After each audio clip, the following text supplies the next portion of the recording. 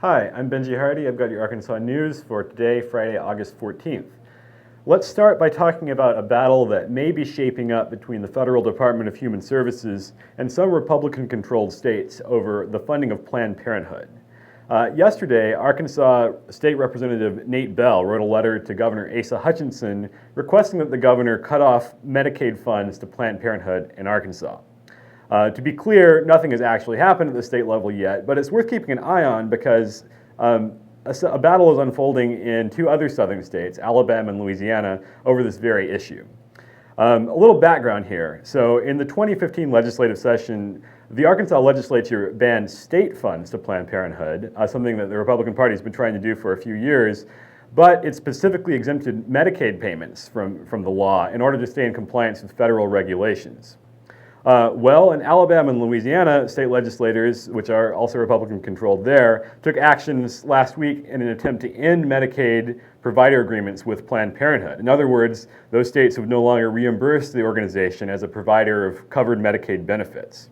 Well, that's in violation of federal law, says the Obama administration, since states aren't permitted to exclude providers from Medicaid just on the basis of what sorts of services they provide. Of course, this is all taking place while Republicans in Congress are trying to strip federal money from Planned Parenthood in general after the recent anti-abortion sting videos were released regarding Planned Parenthood's provision of fetal tissue for medical research. Well, so if Alabama and Louisiana can't resolve this issue with the federal authorities, then potentially the Department of Health and Human Services could cut federal Medicaid funds to those states entirely. So the question is there a possibility that Arkansas could join them? To be clear, nothing's happened yet, but considering the level of Republican interest in this issue, it's certainly worth keeping an eye on in the weeks to come. Bell is an independent, again, former member of the Republican Party, but let's see if any other Republican legislators will be joining him in calling on the governor to cut funding in violation of federal regulations. Moving on our blog today we have a letter from Circuit Judge Wendell Griffin to Asa Hutchinson. He's also a Baptist minister. He says he will not be attending Governor Asa Hutchinson's Restore Hope Summit, which is a gathering of faith-based leaders to discuss solutions on the lack of services for former prison inmates reentering society. Griffin says he's boycotting the summit, which he called, quote, a charade, because it doesn't really address the criminal justice policies, such as excessive drug convictions, that he feels are really behind the increase in the state's prison population. Griffin criticized the effort to get faith leaders to lend support to, quote, a hypocritical agenda that will not address any of the root causes of the nonviolent crimes that are responsible for mass incarceration.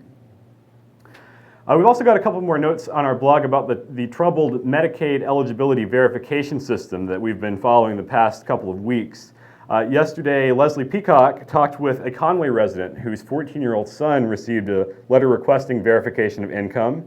The father's private option insurance was then terminated at the end of last month after he could not provide income verification for his teenage son.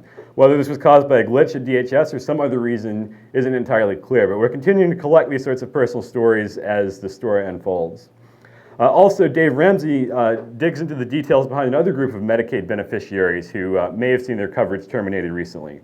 We're talking about very low-income parents here. These folks are covered under a separate category of Medicaid, distinct from the private option. People who are making beneath 17% of the federal poverty line, so only a few $1,000s a year. Well, this all goes back to, again, these technical issues with how eligibility is verified under DHS's system. If folks with an income that low who are also parents see their income go up, such that they become eligible for private option insurance rather than the other category of Medicaid, then their benefits could be terminated.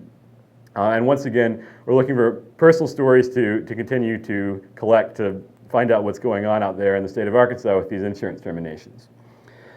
Finally, also on the blog, Will Stevenson, who writes about art and entertainment for the Times, discusses the abrupt demise of one of Little Rock's best, in my opinion, radio stations, Heartbeat 106.7, which played a mix of older R&B and soul mostly.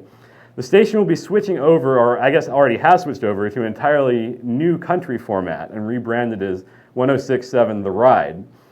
Will spoke this morning to Mike Kennedy, who's program director for the news station. He claims that the response to the change has been mostly positive from fans, but some folks don't feel that way. A Facebook group has already been created by fans of the old Heartbeat that are clamoring for the previous format to return. That's all we got today. We'll be back on Monday with more.